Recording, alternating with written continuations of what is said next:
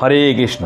পুরুষ মানুষ মরে, মা যখন বলে তুই আমাকে ভালোবাসিস না, সেই জন্য মা কি করে দুঃখ পায় মনে মনে, এবং সে নিজের ছেলেকেই শ্রাপ দেয় মনে মনে, কেননা সে দুঃখিত যে বিয়ে করার পরে বউকে সে আপন করে নিয়েছে।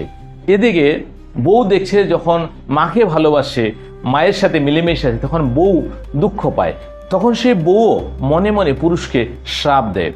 এবার পুরুষ যে মাঝখানে পড়ে আছে, স্ত্রীও শ্রাপ দিচ্ছে মনে মনে সে দুঃখিত, মাও শ্রাপ দিচ্ছে মনে মনে দুঃখিত। এই দুইজনের দুঃখে, দুইজনের অভিশাপে সে পুরুষ দিন দিন কমজোর হয়ে যায়, সে ভঙ্গুর হয়ে যায়, সে অসহায় হয়ে যায়। সে তখন চিন্তা করে যে আমি বাঁচবো তো বাঁচবো, কার জন্য বাঁচবো, এই করে সে দিন দিন অসহায় হয়ে যায়, কমজোর হয়ে যায়। কিন্তু সে ভিতরে ভিতরে কাঁদে, তার কান্না কিন্তু কেউ দেখতে পায় না। সেটাই পুরুষের লক্ষণ। ভিতরে সে চুরচুর হয়ে যাচ্ছে, টুকরো টুকরো হয়ে যাচ্ছে, কেননা সে কার দিকে সাপোর্ট করবে?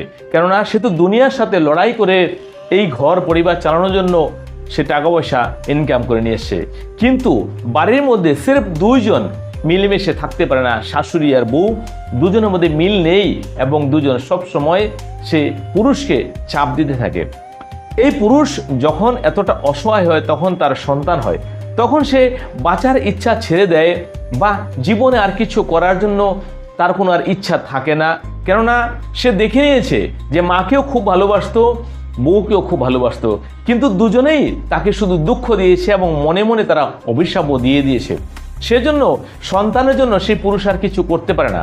আর যখন সন্তানের জন্য পুরুষ কোনো কিছু করতে না পারে, তার মনের মধ্যে সেই ইচ্ছা না থাকে, তখন সে সন্তানও বড় হয়ে সেই বাবাকেই দুঃখ দেয়, কষ্ট দেয়, এবং তাকে সন্তানরাও অভিশাপ দেয়, এবং সেই সন্তানের অভিশাপেই পুরুষ অবশেষে মারা যায়, এই দুনিয়া থেকে চলে যায়। তারপরে শুরু হয় তাদের পরিবারের খেলা। তখন সেই মা নারী এবং স্ত্রী নারী দুজনেই তাদের পাপ ভক্ষণ করে, দুজনেই পাপী জীবনটা এইভাবে কাটায়। তারা তখন বুঝতে পারে যে আজকে আমরা কি হারিয়েছি। তখন হয়তো দুজন মিলেমিশে থাকতে পারে, কিন্তু আগে মিলেমিশে থাকেনি, দুজনেই দুজনের শত্রু ছিল। তার মধ্যে লাভ কার হলো আর লস কার হলো? সবচেয়ে বড় ক্ষতি হলো সেই সন্তানের, যারা বাবার কাছ থেকে কোনো গুরুত্ব পেল না, বাবা কিছু ওদের করে দিতে পারলো না, এবং সেজন্য সেই সন্তান কি করে, সমাজের মধ্যে অধপতিত লোক বা কোনো খারাপ লোক তাদের সঙ্গে তার সঙ্গ হয়ে যায়।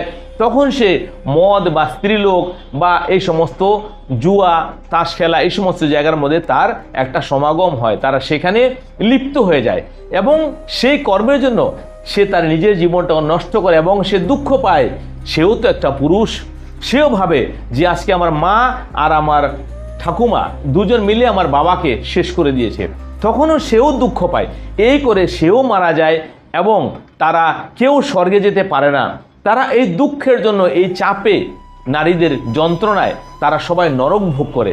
সেজন্য শাস্ত্রে বলা হয়েছে যে কোনো পুরুষ যদি তার স্ত্রী বা সন্তানকে অবহেলা করে, তাহলে তাকে নরকে যেতে হয়।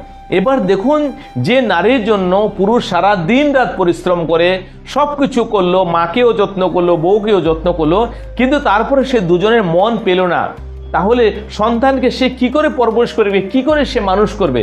সে দুঃখে সে মারা যায়, এবং সেটাও পাপ লাগে তারই। সেজন্য তাকে আবার নরকেই যাত্রা করতে হয়, নরকের যন্ত্রণা ভোগ করতে হয়। তাহলে মানুষ যদি এই জিনিসটাকে না বুঝতে পারে, তাহলে তারা কতদিন এভাবে লড়বে? এবং পুরুষকে যদি নরকে পাঠায়, তাহলে তার সংসার কি সুখের হবে? যে পুরুষ বাড়িতে নেই, সেই ঘরে নারীরা যে কীরকমভাবে কষ্ট করে জীবন যাপন করে, এটা কিন্তু একটু বাইরে দেখলেই হয়ে যায় যে তারা কি ভুল করেছে। এ ভুল যেন আমাদের পরিবারে না হয়, তাহলেই কিন্তু নারীদের চোখ খুলে যায়, এবং সে তার নিজের জীবনকে নরক থেকে স্বর্গ বানাতে পারে। এই সমাজের মধ্যে গরিব থেকে গরিব মানুষও নিজের ঘরকে মন্দির বানাতে পারে, নিজের ঘরকে স্বর্গ বানাতে পারে। যদি এখানে সে স্বর্গ অনুভব করতে পারে, এরকম মিলমিশ থাকতে পারে, তাহলে সে মৃত্যুর পরেও অবশ্যই স্বর্গলোকেই গমন করবে, এবং সন্তানও খুব ভালো হবে। কিন্তু এই কথাগুলো যদি আপনার মাথায় এখনো না ঢুকে থাকে, তাহলে আপনাকে বলা সব কিছু বৃথা। কেননা শাস্ত্রে বলা আছে, যার মধ্যে কোনো গুণ নেই এরকম মানুষ দুনিয়ার মধ্যে খুব কম আছে। যদি কোনো গুণ নেই সে তো মানুষই না, কোনো না কোনো একটা গুণ মানুষের মধ্যে অবশ্যই থাকতে হবে। কিন্তু নারীদের মধ্যে যদি এই ভালোবাসার গুণটা থাকে যে আমার পুত্র বা আমার স্বামী কাজ করতে গেছে, আমাদের জন্য পরিশ্রম করতে গেছে, তাহলে কেন আমরা তাকে অশান্তি করব? কেন তাকে আমরা আর চাপ